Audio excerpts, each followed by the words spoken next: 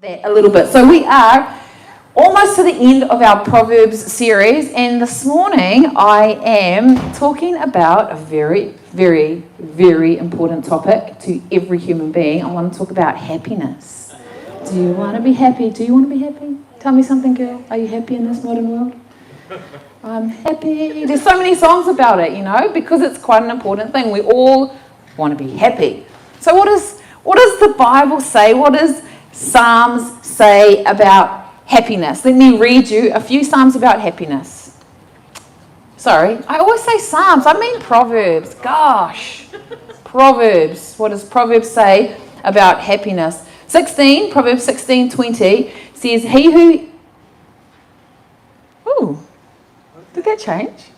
He who heeds the word wisely will find good, and whoever trusts in the Lord, happy is he. Proverbs 10:28 says, the hope of the righteous will be gladness or happiness, but the expectation of the wicked will perish.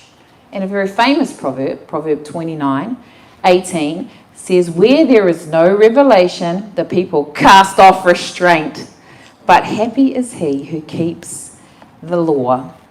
I would like to propose to you that just reading these blindly doesn't really tell you how to be happy, does it? I mean, keep the law. Maybe, like this, if you wanted to do a deep dive into some of those Proverbs, it doesn't necessarily just give you if you're a practical person that just wants to know how to be happy, then some of these verses don't necessarily make it easy for us to do that. And I think that's because we need to do a little bit of a think around Proverbs before we get to thinking about how Proverbs can make us happier.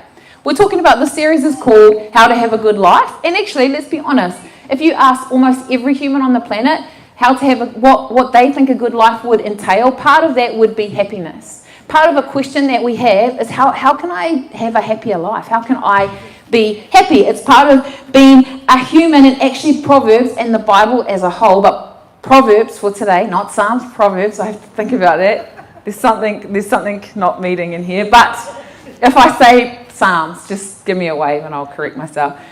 Proverbs has actually got a lot to say about how we can be happy, but we need to go through a little bit of a travel to get there. So you with me? Yes? Is your face with me? Yeah, thanks. Cool. Appreciate it. So, happiness right now, if we were to ask every random person what is happiness, it's actually quite nebulous. Most people, they say, I'm feeling good, it's a good life, it's hard to put a finger on what happiness is. I have a few famous quotes that I was going to share with you about happiness. We're having a little bit of projector problem right now, but there's a few outstanding ones for me. The Dalai Lama himself, pretty wise man, he says the purpose of life is to be happy. Interesting. There's a few other people that go on to say that happiness is when you know you're loved. When you really know you're loved, that's what happiness is. When you're just convinced that you're loved, then you'll be happy. Drew Barrymore, I think, says something a little bit like, beauty is happiness, or happiness creates beauty, or it was some sort of utilitarian quote around, happiness makes you beautiful. So, it just really makes you want to be more happy in that case, because now you're looking for two kind of important societal things, right? So it was hard for me when I was looking at these quotes to think, what are these guys actually saying happiness is, though? I think Oscar Wilde has a fantastic quote, and he says that some people, I need to think about this one because it's really good, I don't want to mess it up. He says, some people make you happy when they're in the room, and some people make you happy because they leave the room. And we all know that to be true. So it doesn't really help, right? It doesn't really help. So when I was looking up all these quotes, when I was looking into it, what it may just reinforce to me was that I think we don't really actually know what happiness is as a general populace. We want to be happy, but putting your finger on what this thing is it's quite difficult as a human being, and I think that we confound this problem quite often as Christians, because I don't know about you, but I grew up with a bunch of great people who would say, happiness is just a feeling, but joy is a choice. Joy is an attitude I choose. Which I know there's truth to that, but to be honest, as a child, a lot of the people that were choosing joy and disliking the feeling of happiness were neither happy nor joyful. And it was not a sales pitch, you know. It was still, I think, even as Christians, to be honest, although we like to differentiate between happiness and joy, and that somehow there's like a character difference, I think still we don't really know, if we're honest. Still, it's a difficult topic. The Bible says that joy is a fruit of the Spirit, which we know. It's the product of God being in our life. If you look up the word that is used in Proverbs, hokmah, there's a few other words in the Hebrew scriptures that are used to talk about happiness and joy. We translate them kind of into multiple different words. So rejoicing, joy, happiness get translated from this core group of words in Hebrew. And basically, Hebrew scholars tell us if you boil that word down, what it means is a feeling of happiness and joy. Again, difficult to put our finger on what we're actually talking about, compounded by the fact that if you look up in the Bible, the things that give people joy in the Hebrew scripture, they are things like, good things. They're good things like your children will make you happy. Good, unless you don't have any children, difficult. Weddings. There's a verse about how weddings bring happiness to the heart. Not necessarily that it's your wedding. Hopefully that would be the case. Maybe not. But going to a great wedding should make you happy. Some other verses talk about perfume making people happy. There's a great verse, I think it's Psalm 103, and it talks about a good bottle of wine making you happy. Again, even the Christians don't really know what happiness is. Even these Christians, they don't know.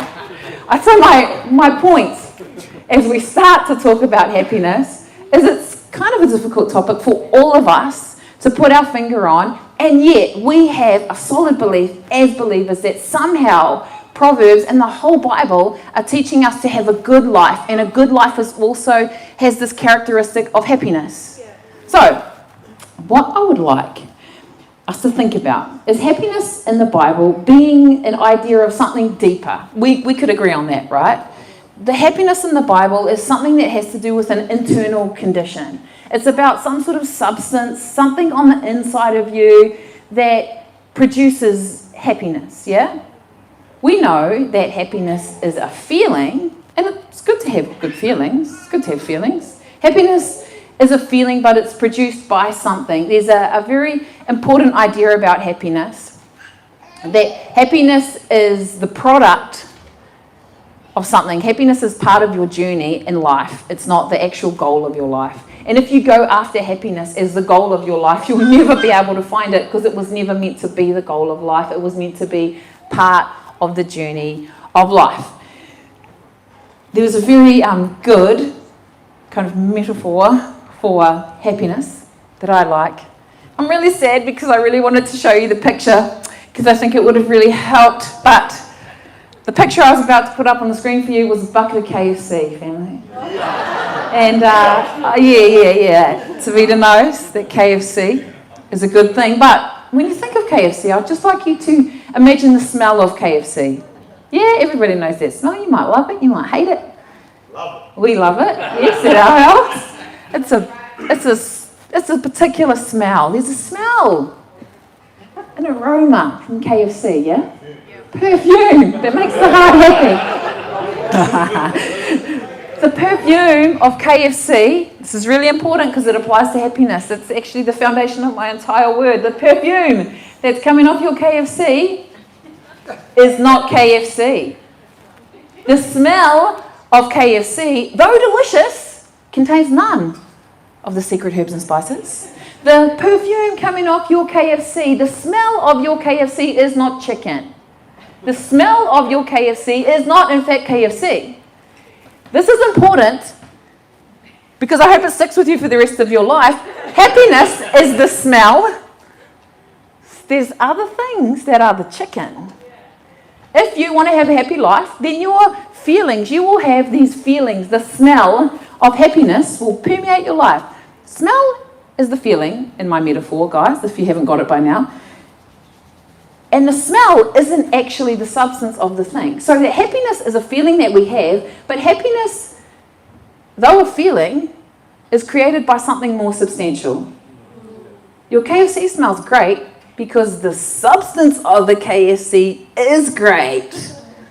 There's something that produces the smell of happiness in your life. And if you want to be happy, you'll probably know what the feeling of happiness is, what that smell of happiness is. You probably know what the absence of that smell and feeling is. But what we need to know before we move on is that smell, that feeling of happiness is produced by something much. Yay! There it is. The kernel made it. Thank you very much, ladies. I know that was probably hard work.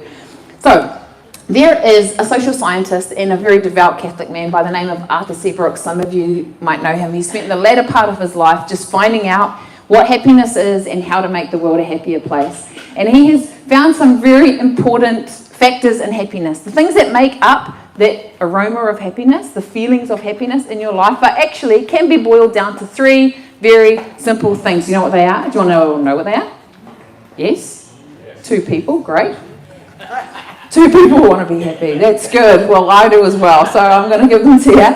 Three things. They are enjoyment, satisfaction, and meaning or purpose. These three things, if applied well, will make you feel happy. They bring about the smell of happiness in your life. He has a few interesting, details about each of these things, which I want to run through really quickly. So he says that enjoyment, for a start, is made up of three things. Enjoyment is made up of pleasure, people, and memory.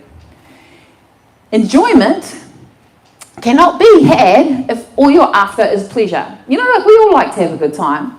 But the fact is, if you are looking for so much chocolate and ice cream, and you sit and eat it every night while you're watching Netflix by yourself, you know, that's not how we advertise happiness, is it? It's something about that doesn't, resound of happiness. Pleasure on its own, without people and memory, actually doesn't turn into enjoyment. Isn't that interesting? He says this is very important because we think of, we chase pleasure as humans. For some reason, our bodies sort of like chase, like yummy food or romantic love or alcohol or substances. And he says that that's a really good way to understand how to not be happy. Because the fact is, if you just sit, in your house and drink all day by yourself until you're knocked out, we all know that's called addiction, right? And addiction, man, all we want to do is help people not be addicted so they can have happier lives. The fact is, when we just pursue pleasure, when we're just like hitting the lever to get more of that one thing that we think is going to make us happy or we think is going to give us pleasure, the opposite is true. It actually steals our pleasure because we have to add people and memory to whatever that thing is, and that makes it great. Don't you think that's interesting? Why eating together used to be the basis of the family? Yeah.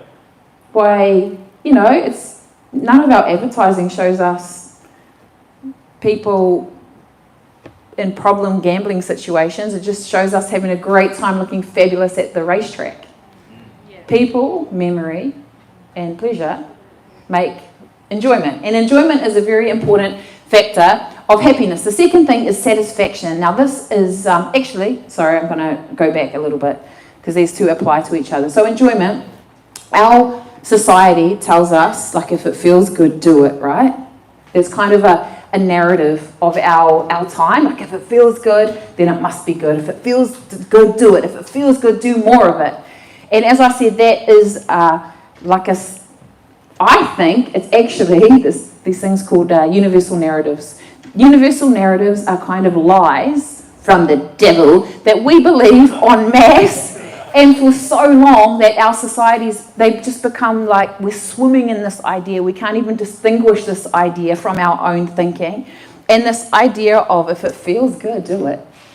that is a universal narrative of our time. Some might call it the spirit of the age. Some people might even call it, in kind of good old Bible language, a stronghold, a spiritual stronghold in our thinking. If it feels good, do it, is so much part of our culture that we are also at the same time possibly some of the most unhappiest people that have ever walked the face of the earth. Isn't that interesting? That's interesting because the second part is about satisfaction. Now, satisfaction is about being able to do hard things. He says that satisfaction is that feeling that you get when you do hard things. So suffering is actually a part of our happiness. Doing hard things is a part of our happiness. Not being happy is a part of our happiness. Isn't that ironic? He says this is really important for us to know because again, this is my language now, at this time in history, we have another universal narrative, spiritual stronghold, whatever you want to call it, that tells us if it feels bad, make it stop. If it feels bad, something's wrong. If it feels bad, then I'm broken and I need to be fixed. If I don't feel good, something's wrong. And we do, if you're honest, have this thinking that if it feels bad, just make it stop, something's wrong. I need to feel good all the time. And he says that is a kind of a thinking that steals from us the suffering that is necessary for us to persevere and overcome something in life, for us to do hard things so that we can feel satisfied, so that you can look yourself in the mirror and respect yourself. Yes. Enjoyment, satisfaction are important parts of our happiness. And the last one is purpose and meaning. I don't think anyone would disagree with this one. The way that Arthur Brooks says that we should find out what our purpose is, our meaning is to ask ourselves two simple questions, and they are, why are you here? And what would you die for? And his thinking around this is, whatever your answers are to those questions are the things that give you meaning, the things that mean so much to you that you would die for. And the reason that you exist on earth, obviously for us, we have a particular slant on that. That reason that we exist on earth gives us purpose. The Westminster Catechism is, if anyone were to ask me why I exist, the Westminster Catechism, it talks about the purpose of human beings, and it says that our purpose as humans is to glorify God and to enjoy Him forever. I think that's a great purpose, don't you? I think that is pretty good. You get to enjoy the creator of the universe forever as you glorify Him. I would encourage you to ask yourself those questions if you are looking to be happier. Arthur Brooks says this, he says a lot, but the final things that I'll talk about is he talks about 4 pillars of happiness, and that we should be putting investments into these 4 pillars every single day if we really want to be happy.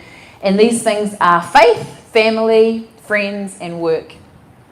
If you invest something meaningful into each of those categories every day, then he believes it will increase your enjoyment, your satisfaction, and your purpose, and then you will figure out how to have a happy life.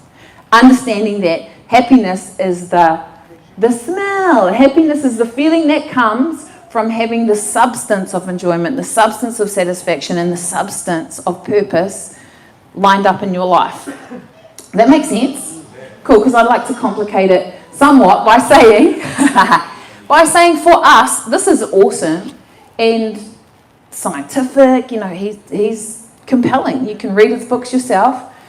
But for us, there is probably a level more that we are looking for in our happiness, because the truth is, as followers of Jesus, our enjoyment, our satisfaction, and our purpose is shaped and formed by the cross of Jesus, right? Jesus somehow needs to shape what we enjoy. Jesus somehow needs to form what we are satisfied by and what gives us meaning and purpose. So although these things are super important, for us there is like a particular slant on it because we're followers of Jesus. Yeah? Cool. So getting back to Proverbs, if you look at the big picture of Proverbs, scholars tell us there is a really basic way to boil it down. They call it the moral logic of Proverbs. I think it might flash up on the screen here. The moral logic of Proverbs is simply this: if you have a life that is grounded in wisdom and the fear of the Lord, then it will produce in you an internal world that has virtue, integrity, generosity, or in our language, just character, like stellar character, the internal world that kind of looks like Jesus. Like you do some of the stuff that he did, or at least you're pursuing a world on the inside that is pretty good, like a follower of Jesus. And that in turn produces a life that is, according to the Bible, successful and peaceful. Isn't that nice? The opposite is true in the moral logic of Proverbs, and it says that if you pursue a life that is guided by folly and evil, if that's the foundation we build our lives on, it will produce in us selfishness and pride, a life that is selfish and proud, yay, and that will in turn produce a world and a life that is ruinous and shameful. Ruin and shame are the outcome of an evil, folly-filled life. So here's where I'd like to think. Okay, I'm swapping this up a little bit. This is a complete remix. There's no scholar in the world that's going to agree. Oh, they might agree, but they probably wouldn't do this. Anyway, so I'm inserting the substance of happiness into our moral logic of Proverbs for us. So hopefully on the next slide we might get to how this works. The wisdom, if we ground our lives in the wisdom and fear of the Lord, it produces in us character that is just quality character that is of virtue, integrity, strength, generosity, honour. That in turn shapes the way that we pursue enjoyment. It shapes what satisfies us. It shapes our meaning and purpose, and that in turn produces a life that is successful and peaceful. And again, the flip side is true. If we found our life on things that are evil, and if we just want to do our own thing, which is another word for folly, then we will have a life that is selfish and it's actually quite proud, and that in turn will shape the things that bring us enjoyment, satisfaction, purpose and meaning. That will lead to a life of ruin and shame. And check this out, the first type of life is going to have some smell coming off it in a second. Look at that, it smells like happy. A wise life grounded in the fear of God and the wisdom of the Lord, that produces a virtue and character and on the inside, that shapes the things that we enjoy, we're satisfied and bring us purpose, producing a successful life. That kind of life, well, it smells like happy, fam. Because the feelings that life produces will not always be, because we realise that a bit of unhappiness is part of happiness. But that life is the life that smells like happy. The life of folly and evil has a smell as well. It smells like stink. Sorry, it's like a New Zealand thing. I was going to say it smells like pat, but then I'd have to explain to you what that is. And I'm going to anyway. So I had a friend once, and his car did not smell good at all. It smelled awful. And my best friend and I used to think, what is this smell in the car? You know, when you have no car and we walk everywhere in New Zealand, you're a young person, you want a ride. Like someone offers you a ride, you're taking the ride. Sometimes you wouldn't take the ride because the car smelled so bad. My friend and I spent some time trying to figure out what the smell of this car was. We boiled it down to 3 very important factors. Very important. I hope your car never smells like this. I hope you never have to smell the smell. It was the smell of stinky pits. Stinky, I'll say, a bottom, but I used another word in the day.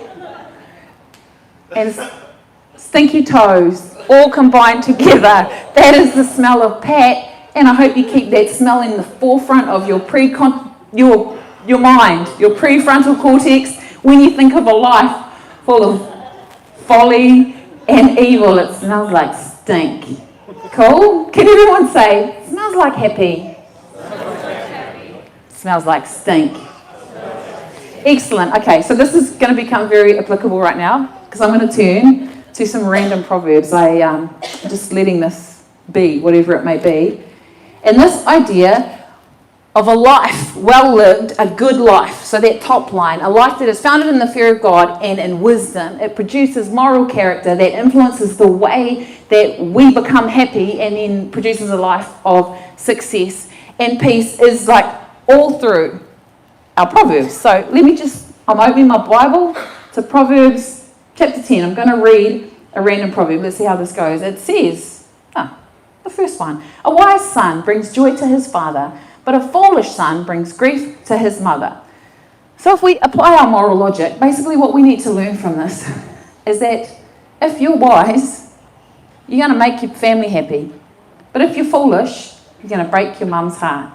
If you are a wise person, your life smells like happy.